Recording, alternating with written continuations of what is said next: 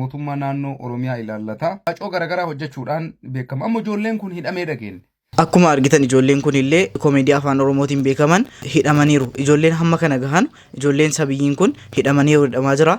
Kanas kan waliin ilaallu ta'a yookaan immoo shaamizii isiin uffatteef jaakkeettii isiin uffatteeyyuu kanuma asirratti jirudha. Akkuma argitan isiidha jechaadha. Dhimma qaallittii kana ilaalchisee namoonni baay'een kaleessaa kaasanii irratti dubbataa turanii uffata musliimaa yookaan immoo niqaaba uffattee kan irratti argamteettedha. Milishoonnis rukutaa turanii kanas kan waliin ilaallu ta'a. Badartu bakka biizaan keelleen dhumate paaspoortii illee harka ga'e bakka badartu iddoolee jabaa dhufee bakka nagamuuse dhaamuu dhufe. Yeroo baay'ee mangistii falmistii arrabsu yookaan immoo poolitikaa garaagaraa kan dubbatu jechaadha. Ijoollee jara kaani. Ijoollee Oromoo hin taane jechaadha. Yeroo baay'ee garuu kan karaarra jiru kan qabamu kan reebamu kan wanti hin taane irra qaqqabamu eenyuun ijoollee Oromooti.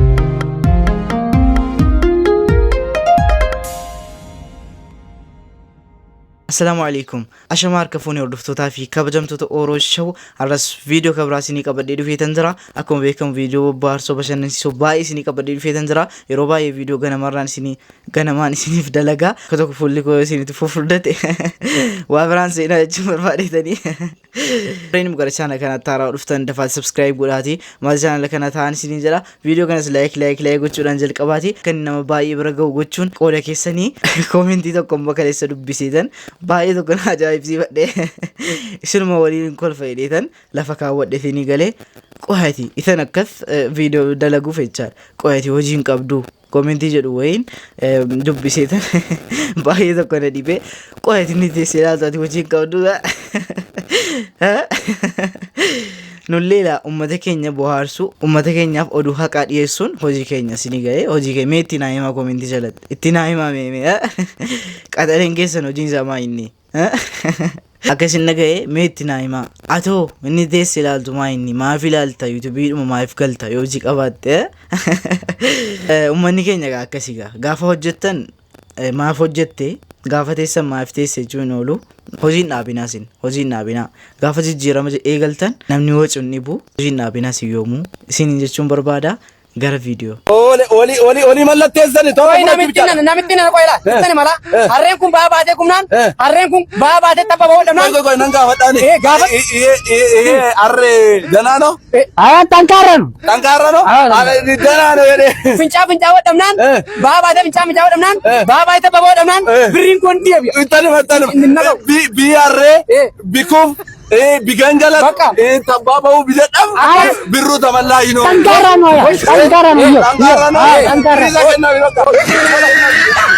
bikuuf bigangalat warra sodaa irraa bitaaran itti fakkaata. Qoyaa kan na dhibe immoo ayyaanaaf harree bitamuu jalqabee akka tokko viidiyoo harree irratti hojjeta akkasuma moona tokko foon harree eegalameera akkuma sana taa'aa jiramu. Indaan bareeda naa kennime. Kuni beessa fudhadhu kan beessa. Meeqa indaan qosaa'u? Qarshii 2,000. Qarshii 2,000? Ani indaan qosin jedhe bar. Maarranuma indaan qosin jedhe bar kun indaan faranjiiti. Kan faranjiiti? Maallaa godhare viizaan ergamoo biyya alatti na fudhatare ana. Komaanaan gootu durayyuu foon faranjii mi'ooftu komaanaan gootu hin barbaadu. Muuf hin qabdu malee too qabaattee iyyuu bitatta. Biizaa naa ergamoo jedhee bakka warri biyya keenya keessa jiru amma nu biizaadhumatti abdanna miti. Tokkoyyuu shaayina nadhiiti biyya faranjiitti na buusi jedhe mimee waliin ilaalla. Chaayina asina dhidhitoo chaayinaa na buusi. Asina dhidhitoo chaayinaa na buusi. Maalo asina dhidhitoo chaayinaa na buusi. Asila na dhidhitoo chaayinaatti nuuf argaani. Nadhiiti. Ladies and gentlemen, welcome to Shanghai. Shanghai is a super metropolis directly under the jurisdiction of the central government. 陆家嘴到了，开左边门，下车请。 Bagana dhiite ittamtee chaayinaa oo deemte paaspoortiin hin jiru maaliin hin jiru viizaan hin jiru edeentinaan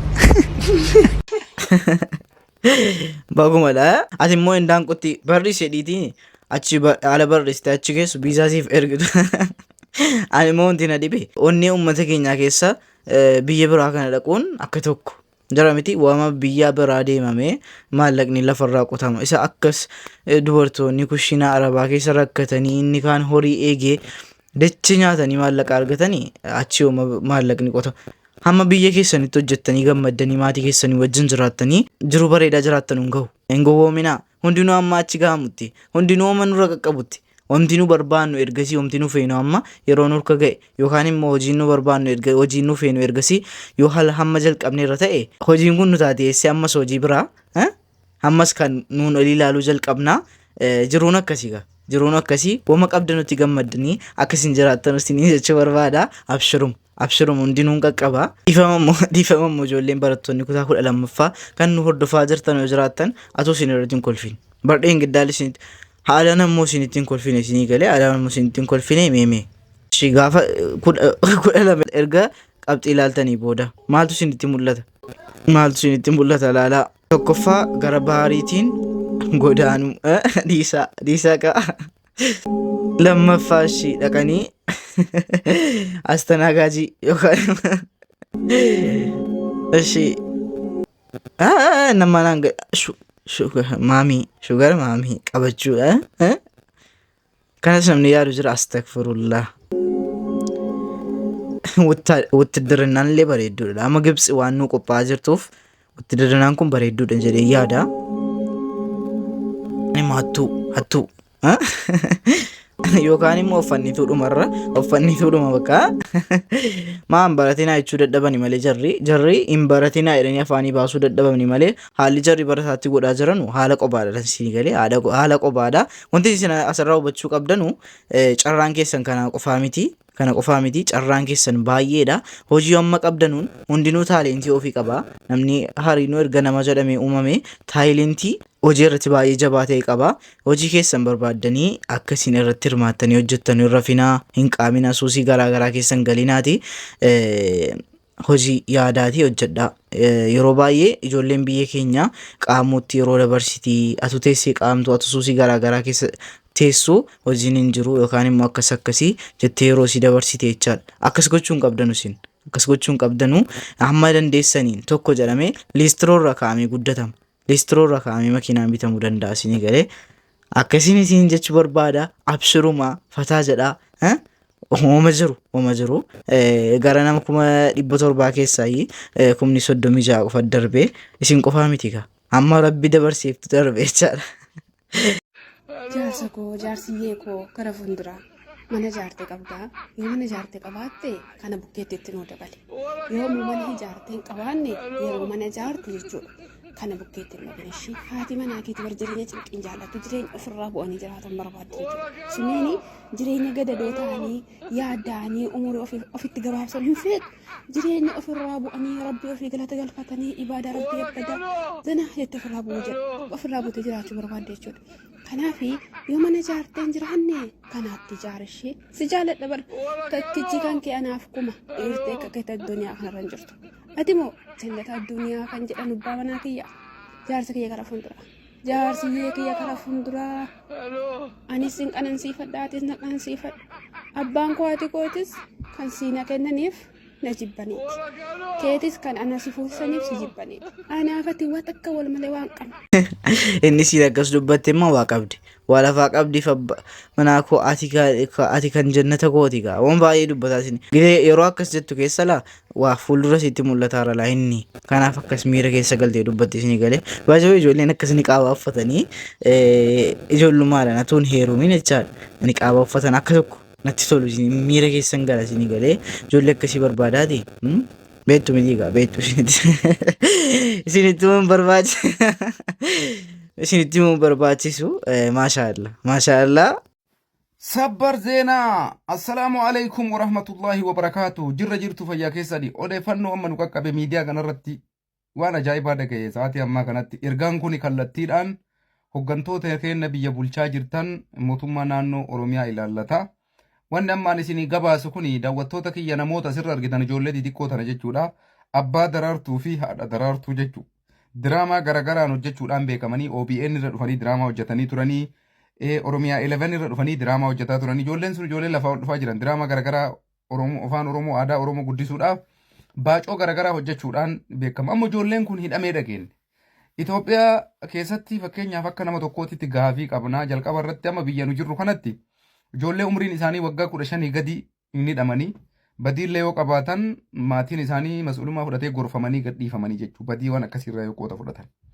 Amma Itoophiyaa keessatti daraartuuf abbaan daraartuu umriin isaanii waggaa 15 ga'e natti hin fakkaatu yoo akkanan laaltan. Badii isaan qabanis jala buunee wanni beeynu hin jiru. Ijoolleen kun yoo badii qabaatanis ammoo ijoollee gorfamaniitiin irra deeffamuu qabanidha malee umriin isaanii mana hidhaatiif hin ayyama jedhee yaadu. Gatii kanaaf jecha warra biyya bulchaa jirtan mootummaa naannoo Oromiyaa, poolisii Oromiyaa, mana murtii ijoollee kana gadhiisa. Ijoolleen kun haga humna isaaniitti diraamaa garagaraa saba isaaniitiif hojjetanii dhiibbaa biraa hojjetan jennee abdii waan hin qabneef hidhamuu isaaniitu dhaga'uu kenna baay'ee nu rifachiise. Kanaafuu akka warra biyya bulchaa jiru tokkotti ijoollee tana gorsa yookaan ammoo kallattii biraatiin akka isaan kanaa olitti waan gaarii hojjetaniif gorfamanii kallattiin kaayamee fi haala saniin akka gadhiiftan kabajaadhaan isinii gaafannaa. Isaan qofaa miti leenjisaan ijoollee kanas yeroo dheeraadhaaf akka hidhamee dhagaa jirra. Biliis warri biyya bulchaa jirtan waan akkanaa kana waan hawaasa keessan biratti hin gammachiifne waan dhageettii gurraatiin illee hin tolle ijoollee xixiqqoo kana hidhuun baacoo isaaniitiif jecha ashoofa garagaraa badii isaan balleessa yoo jiraate gorfamuu qaban malee umriin isaaniidhaan hin kenne ijoolleedhaan malee dogoggoruu danda'anii. Gatii kanaaf Biliis abbaa daraartuu fi haadha daraartuu gannuu dhiisaa kabajaadhaan isin gaafanna warra biyya bulchaa jirtan. Sagalee kiyya kana sheer godhaatiniin pirezidaantii naannoo Oromiyaa, poolisii Oromiyaa warra murtii ijoollee kanaa qabee olii gatoofaa jiruuf akka nu gadhiisan biraan nu gaa isiniin jenna. Hundi keessanuu abbaa daraartuutiif haadha daraartuutiif sagalee nu ta'aaf isiniin jenna. Hundi keessanuu daawwattoonni kenna gannuu dhiisaa Biliis abbaa daraartuu fi haadha daraartuu galatooma. Akkuma dhageessan egaa ijoolleen kun illee hidhamaniiru jedhamee miidiyaa irra gadhiifamaa jira. Kana irratti wanti isin jechuu barbaadu kanaan duras waa'ee ijoolleen biyyiin poolitikaa keessa galu waa'ee mootiveeshinii keessa galu kana dura isiniif dubbadheetan ture. Yeroo baay'ee ijoolleen keenya sabiyyummaadhaan yookaan immoo daayirekti godhanii fi ijoollee waan hin taane keessa diraamaa keessa poolitikaa keessa mootiveeshinii keessa galchaa jiru. Ijoolleen uumama siidhaan madaalu malee fakkeenyaaf ijoolleen kutaa tokko hanga 4 baratan waan 6 madaalu malee waan 5 hanga 10 keessa baratan ittiin kennamu jechaadha barumsi. Akkuma barumsa sanaan akkuma sammuun jara waan xixiqqoo qabuu danda'u jechaadha. Waan xixiqqoo jara wajjin madaalu qoosaa ijoolleedhaa wajjin madaalu itti kennaa guddisuun bareedduudha. Asirratti wanti isiniin jechuu barbaadu akka yaada kootiitti jechaadha. Asirratti ijoollee tokko ijoollee sabiyyaa amma lafaan kaanitti waa'ee jiruun beeknetti mootiveeshinii kennitanii mootiveeshinii sana irratti ijoolleen maal jedhu ati akkas jiraachuudhaaf jireenya kee keessatti abdiin kutiin atuu ganaa waa'ee jireenyaan bariin ijoollee waan akkasii baruu hin qabdu. Maaliif gara fuulduraatti kan abdii kutee reedhee kan karaarra taa'u ijoollee jara akkasii jechaadha. Asirratti wanti kana fideefan ijoolleetti waan mataa isii waan ijoolleen madaalle ittiin kennina jechuu barbaadeetan.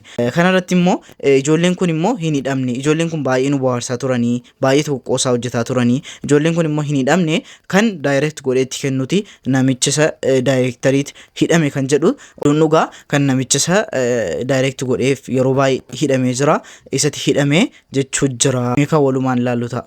Soolee ijoollee kana maa sagaleen taane warri jettanii ijoolleen kun hidhamanii jiru mana hidhaa umurii isaanii kanaan hidhamanii jiru jedhamee miidiyaa kanarraa iyyamaa jira jechuudha. Dhugaan jirtu garuu kana miti. Ijoolleen kun hin hidhamne. Kan hidhame ijoollee kana kan hojii hojjechiisu yookaanis waa barreesseetti kennee ijoollee dalagsiisu yookaanis isaan faana hojjetu daayirektera isaaniitu qabamee hidhame. Ijoolleen gaafatamanii jiran. Ijoolleen gaafa gaafatamanii maal ta'ee hidhame jennaan ijoolleen dubbachuu sodaatanii. Dhageessanii. Maaliif akka inni hidhame maaliif akka inni qabame dubbachuu sodaatanii. Maaliif akka isaan sodaatan immoo umurii isaanii kanaa I don't know waatu jira. Kanaafiyyuu ijoolleen hin hidhamne warra isaaniin hojjechiisuudha isiniin jechuumaa fi namoonni baay'ee viidiyoo maaliif isaaniif hin dalagne na jechaa turtanii qulqulleeffachuumaa fi amma hin hidhamne ijoolleen kanaafiyyuu irra deddeebitanii akka viidiyoon hojjenne sheer godhaatii namoonni duba biraan gaa galatooma isiniin jechuu barbaada. Akkuma dhageessan egaa akkasii dhugaan jirtu akkasii ijoollee akkasii nu jajjabeessaa rabbi ijoollee akkasii nuuf eegu gara fuulduraattis ijoollee aartii Oromoo keessatti bakka guddaa taphattuudha. Rabbi nuuf hiiku yoo hidhamanii jiraatanis rabbi nuuf eegu isin jechuu barbaada. Akkuma beekamu kaleessaa eegalee immoo viidiyoon yookaan immoo suuraan sooshaal miidiyaa irra deddeemaa jiru kan qaalittii niqaaba uffatte yookaan immoo uffata musliimaa uffatte akka hattuutti reebamaa turte miidiyaa irra deddeemaa jira. Kanarrattis ijoolleen baay'eenis viidiyoo natti ergitanii turtanii asirratti wanti isin jechuu barbaadu du'a qaasuun beekin namoonni baay'eenis dubbataa jirtanii akka koomishinii poolisii godinichaa irraa fudhatametti wanti kun kan raawwatame waggaa 3 dura bara 2014 yeroo ta'u jedha. Akkuma jedhamu shakkamtuun uffata amantaa musliimaa yookaan immoo niqaaba uffattee kan akkas raawwatte amantiin si musliimaa akka hin taane beeksisaa jiranii amantii biraa keessa jirti isiin garuu hanna kanaaf jettee akkas uffattee hojjetaa jirti jechuudha. Poolisichis inni akkas rukutaa ture miira keessa galee asitti reebaa ture. Kanaaf wanti isin hubachuu qabdan asirratti namoonni baay'een immoo atuun bariin atu waan tokko hin qalbifatin haadholee akkasitti rukutaa jirtu akkas jedhamaa jira. Oduu haqa atuun fudhatin yookaan immoo viidiyoo darbe yookaan viidiyoo ture baafame amma irratti yeroo gadhiifamu meemeegaa kan waliin ilaalu ta'a maaliifuu. Milishaa jechuun qaraatii kutaa afurii dhaabanii beekumsa malee qaraatii malee uffata uffatanii deeman akkasuma rasaasa duwwaa qabatanii deeman sammuun isaanis duwwaa rasaasniinis duwwaa san namni haadha ofii akkamitti akka namni duututti irra deddeebiseetu insha Allah halkan takkasin bulchiin amiin jedhe insha Allah rabbiin balaa addunyaa fi aakiratti addunyaa qofatu osoo hin ta'in aakiratti sitti haa buusu nama haadha ofii lafatti tumee barate jechuun baalagee baala goommanaa. Okay, insha Allah rabbiin addunyaa akhiratti isin milkeessin ibidda sitti hagubu halkan takkasin bulchin bo namni dubartii tumuu fi dubartiif kabajaan qabne addunyuma kanarraa jiraachuun qabu gawwaa adal jechuu akkamitti namni haadha ofii akkasin lafarratti tuma bo tan barsi deesse bar dubartiidha bar kan mootummaa deessu dubartiidha bar dubartiidhaaf biyyi kabajaan qabne Itoophiyaa malee hin jiru kan dubartiin itti gudeedamtu Itoophiyaa yaabo haadha sayyoo beetan keessaa nu qunnama. Yeroo baay'ee biyyi keenya koomatamaa kabaja dubartii kan hin qabnes waan baay'ee haasa'amaa jira. Kanarratti milistiin jechuu barbaada. Dhugaadha biyya keenya keessatti haqni hin jiru garuu akkuma sanas kan biyya hataa jiru kan hattuun baay'ataa jiru biyya keenya qofa keessa malee biyya biraatti wanta akkasii dhaga'amaa hin jiru jechaadha. Kan ilmoo ijoolleen sabiyyiin gudeenamaa jirtus kan ijoolleen sabiyyiin akka fedhamu itti godhamaa jirus biyya keenya keessatti malee biyya biraatti godhamaa hin jiru. Baay'isoo inni kun dhugaadha. Garuu asirratti kana atu laallu baay'ee nama gaddisiisa. Akka viidiyoon gadhiifametti mucattiin isii kana jedhaa jiru. Akkamitti keessa moobaalicha maaliif keessa? Natti mi gajjari fuudhi moobaalicha ishee akka dhugaa waaqa sitti immoo fuudhi gajjariiti fuudhi kun taa'ii sitti immoo namni dhugaa waaqayyoo sitti immoo namni. Dudda keessi qotari deennaan fuudhin fuuta qote kanaan qabu kun dhugaa kiristoos bakka. Almoo dudda keessi qote. Namni si na'u fuudhi dhugaa waaqayyoo daafi fuudhi. Fuudhi kiristoosii namni si dhawuyyuu hin jiru. Gootu moo baadhi kan? Ani furaatti si ati fuudhi kenniif si araarti ni deemna. Qottoon ani dudda keessi dhaanaachi. Maaliif fuuna fuudhi malee? Rata raki hafuuri. Fuudhi rata taraki moobaalicha irra. Ani eewda moobaalicha ni eewda. Naannoon bu'u fuudhi. Ol fuudhi kan. Fuudhi maarree nalaadhaafi. Taraki xurutti rata taraki wayyaa keetii. Wayyaa keetii rata taraki.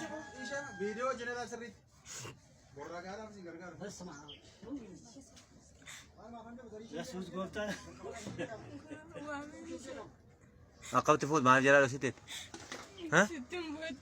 Maaliif jalaa dhositti?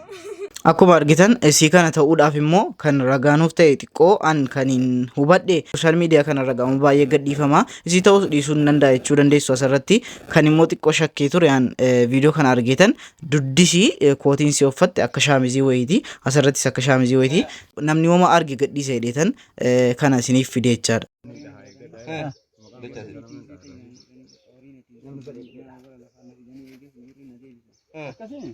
Makan aku tadi. Semua you Allah ni. Ini kenapa? Ilampasin apa bulca?